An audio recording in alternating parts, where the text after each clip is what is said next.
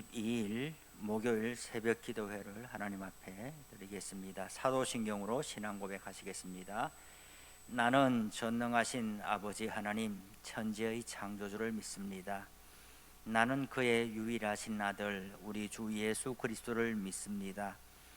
그는 성령으로 잉태되어 동정녀 마리아에게서 나시고 본디오 빌라도에게 고난을 받아 십자가에 못 박혀 죽으시고 장사된 지 사흘 만에 죽은 자 가운데서 다시 살아나셨으며 하늘에 오르시어 전능하신 아버지 하나님 우편에 앉아 계시다가 거기로부터 살아있는 자와 죽은 자를 심판하러 오십니다. 나는 성령을 믿으며 거룩한 공교회와 성도의 교제와 죄를 용서받는 것과 몸의 부활과 영생을 믿습니다. 아멘. 다 같이 찬송가 516장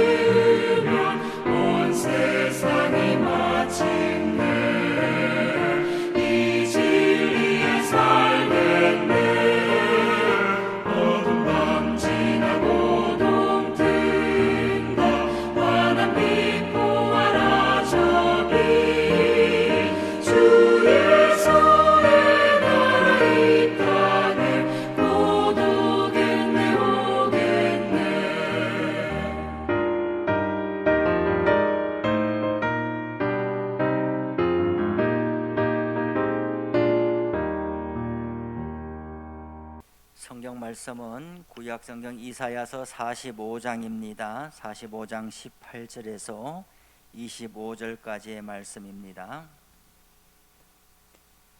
제가 봉독해 드리겠습니다. 대저 여호와께서 이같이 말씀하시되 하늘을 창조하신 이 그는 하나님이시니 그가 땅을 지으시고 그것을 만드셨으며 그것을 견고하게 하시되 혼돈하게 창조하지 아니하시고 사람이 거주하게 그것을 지으셨으니 나는 여호와라. 나 외에 다른 이가 없느니라. 나는 감추어진 곳과 캄캄한 땅에서 말하지 아니하였으며 야곱 자손에게 너희가 나를 혼돈 중에서 찾으라고 이르지 아니하였노라. 나 여호와는 의를 말하고 정직한 것을 알리느니라. 열방 중에서 피난한 자들아, 너희는 모여오라. 함께 가까이 나아오라. 나무 우상을 가지고 다니며 구원하지 못하는 신에게 기도하는 자들은 무지한 자들이니라. 너희는 알리며 진술하고 또 함께 의논하여 보라. 이 일을 옛부터 듣게 한 자가 누구냐? 이전부터 그것을 알게 한 자가 누구냐? 나 여호와가 아니냐? 나 외에 다른 신이 없나니? 나는 공의를 행하며 구원을 베푸는 하나님이라. 나 외에 다른 이가 없느니라. 땅의 모든 끝이여, 내게로 돌이켜 구원을 받으라. 나는 하나님이라, 다른 이가 없느니라. 내가 나를 두고 맹세하기를 내 입에서 공의로운 말이 나갔은즉 돌아오지 아니하나니, 내게 모든 무릎이 꿇겠고 모든 혀가 맹세하리라 하였노라. 내게 대한 어떤 자의 말에 공의와 힘은 여호와께만 있나니 사람들이 그에게로 나아갈 것이라. 무릇 그에게 노하는 자는 부끄러움을 당하리라. 그러나 이스라엘 자손은 다 여호와로 말미암아 의롭다함을 얻고 자랑하리라 하느니라. 아멘. 이사야 40장부터 55장까지의 큰 단락에 있어서 그 배경은 바벨론의 포로로 잡혀가 있는 이스라엘 백성들을 하나님께서 위로하시고 다시 회복시킬 것을 소망하도록 하는 약속의 말씀입니다. 그러한 맥락에서 오늘 또 본문의 말씀을 보면 반복하여 계속 나오는 대목들이 있습니다. 나는 여호와라, 나 외에 다른 이가 없느니라. 나는 여호와라. 하나님께서 나는 누구다 하는 말씀을 계속하고 있습니다. 이것으로 볼 때 지금 이 말씀을 듣는 이 이스라엘 사람들은 적어도 두 가지 상황에 봉착해 있지 않았나 하는 생각이 듭니다. 하나님께서 이토록 나는 여호와다라는 말을 계속 반복하여 강조하시는 것은 이스라엘 사람들이 하나님을 잊었거나 또 하나님을 잊지는 않았지만 그 하나님께서 우리를 어떻게 건져내실 능력이 있으실까 하는 그런 심한 의구심과 회의에 빠진 것이 아닌가 하는 생각을 해보게 됩니다. 70년간이나 바벨론에 포로되어 살고 있고 돌아갈 여망은 보이지를 않고 또 바벨론은 그 마르둑 신을 섬기고 있으니 이 세계의 패권을 쥐고 있는 바벨론 아래서 우리가 섬기는 여호와 하나님은 너무나 그 미미하게 보이고 옛날 조상들이 누렸던 영화는 아득한 옛날 이야기처럼 보이는 거예요. 그래서 하나님께서는 출바벨론 제2의 출애굽을 일으키시기 전에 이들의 신앙을 소생케 하고 회복시키려고 하는 것입니다. 몸이 나오기 전에 먼저 그 신앙이 회복되어야 하는 것인데 그 첫 번째로 18절에서 29절에 보면 창조의 말씀을 하고 있습니다.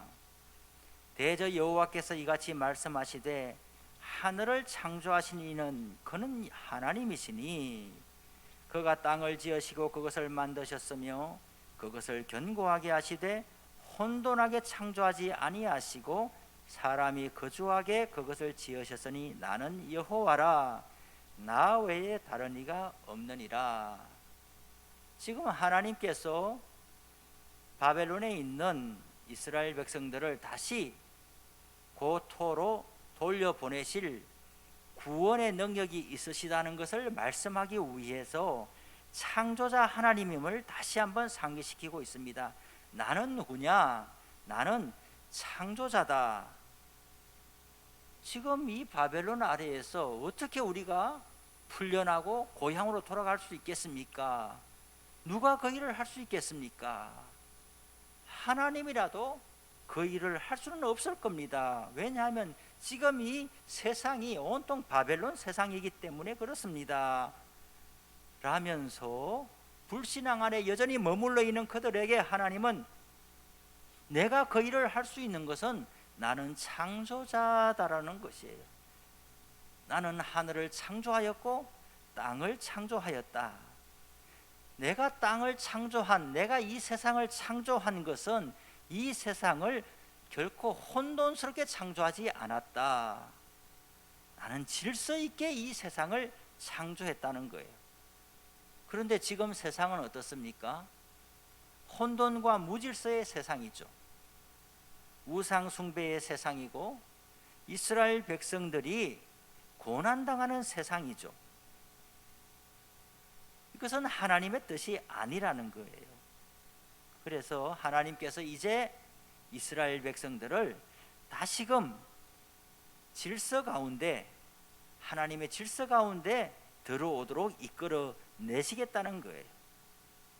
또한 우리가 앞단락에서 어떻게 그 일을 하실 것이냐, 어떻게 이스라엘 백성들을 바벨론에서 풀어서 보낼 것이냐라고 할 때에 고레스를 세우셔서, 고레스는 누구겠습니까? 아직 등장하지는 않았지만 바벨론을 무너뜨리고 세계 질서를 재편할 페르시아의 왕이 이름이 고레스죠.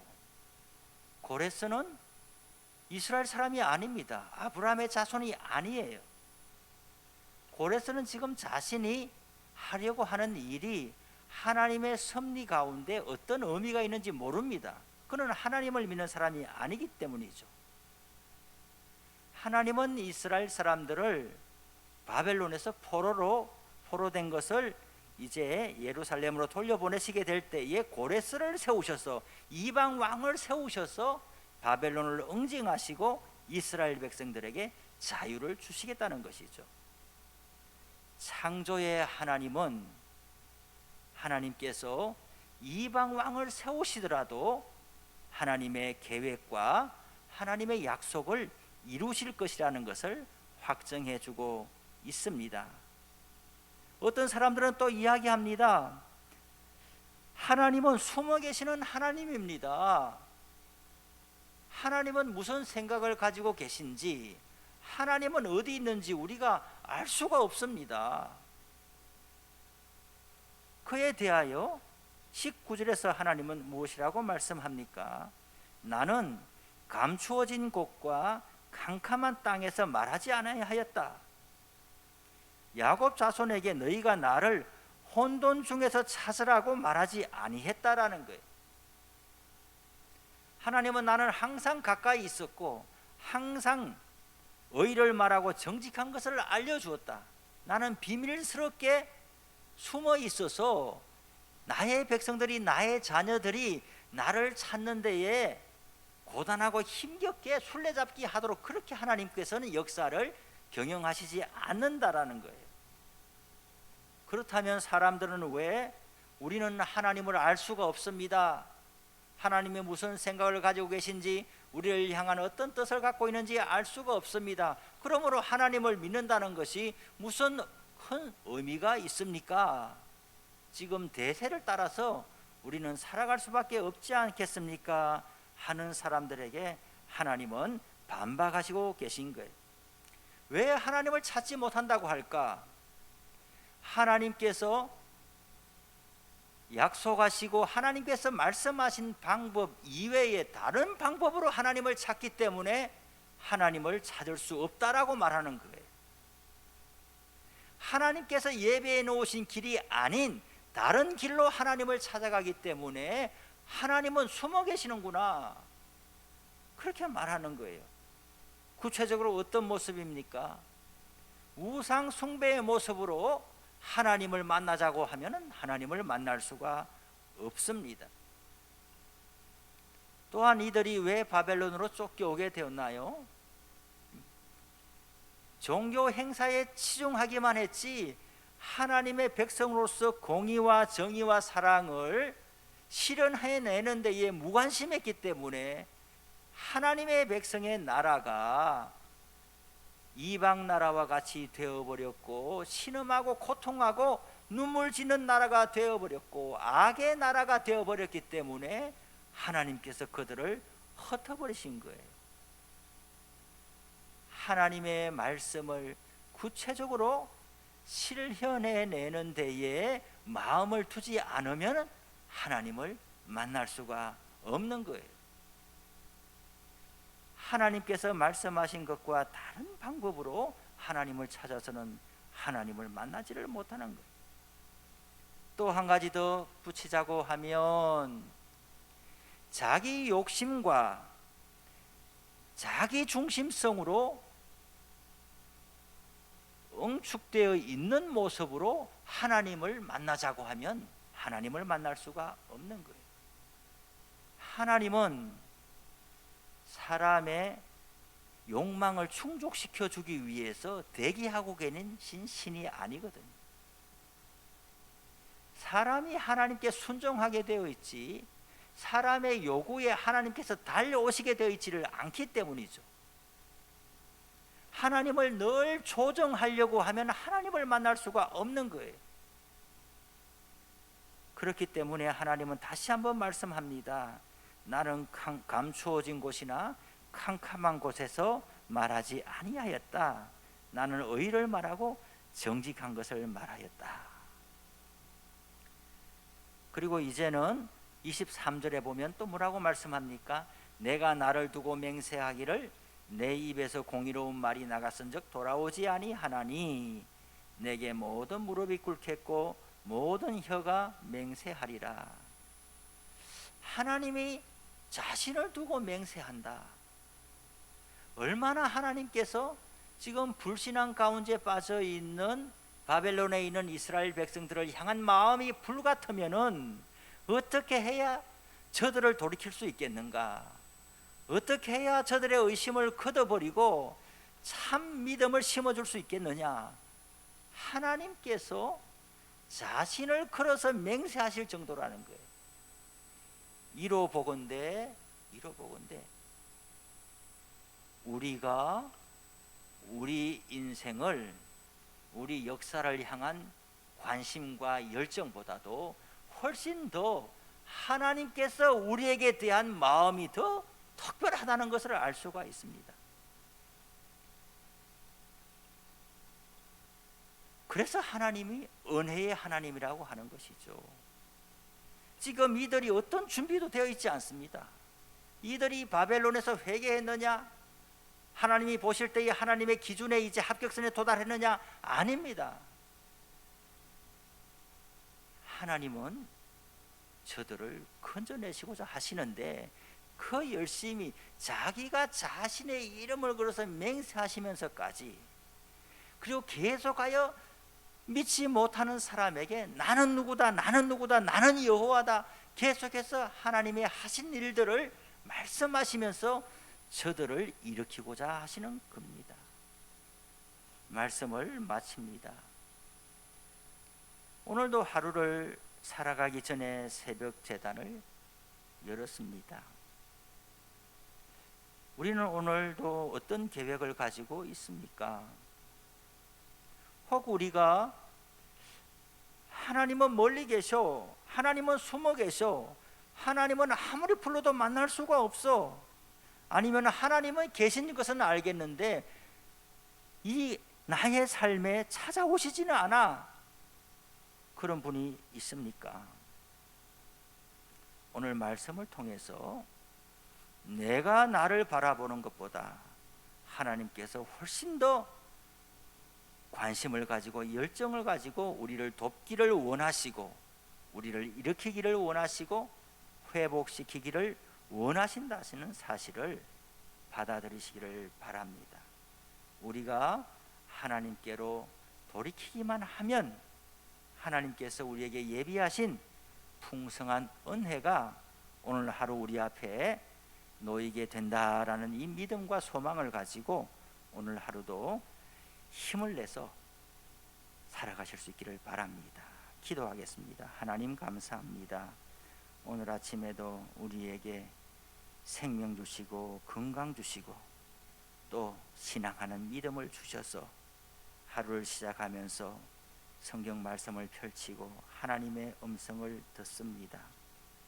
아무런 소망이 없는 저들에게 하나님께서 먼저 손을 내미시고 나는 여호와라고 말씀해 주시고 나의 이름을 걸어서 또한 약속해 주시면서 저들을 하나님의 백성으로 다시 한번 소생케 하시고 회복시키는 것을 봅니다. 오늘 하루도 우리가 어떠한 형편과 처지 가운데 낭망하고 절망 가운데 빠져 있습니까? 하나님을 향하여 얼굴을 들게 하여 주시고 하나님이 내미시는 손을 붙잡게 하여 주시고 오늘도 실족하여 떨어지지 않게 하여 주시고 소성케 하여 주옵소서. 예수님의 이름으로 기도드립니다. 아멘. 하늘에 계신 우리 아버지, 아버지의 이름을 거룩하게 하시며 아버지의 나라가 오게 하시며 아버지의 뜻이 하늘에서와 같이 땅에서도 이루어지게 하소서. 오늘 우리에게 일용할 양식을 주시고 우리가 우리에게 잘못한 사람을 용서하여 준 것 같이 우리 죄를 용서하여 주시고 우리를 시험에 빠지지 않게 하시고 악에서 구하소서. 나라와 권능과 영광이 영원히 아버지의 것입니다. 아멘. 각자 기도의 자리로 나가시기를 바랍니다.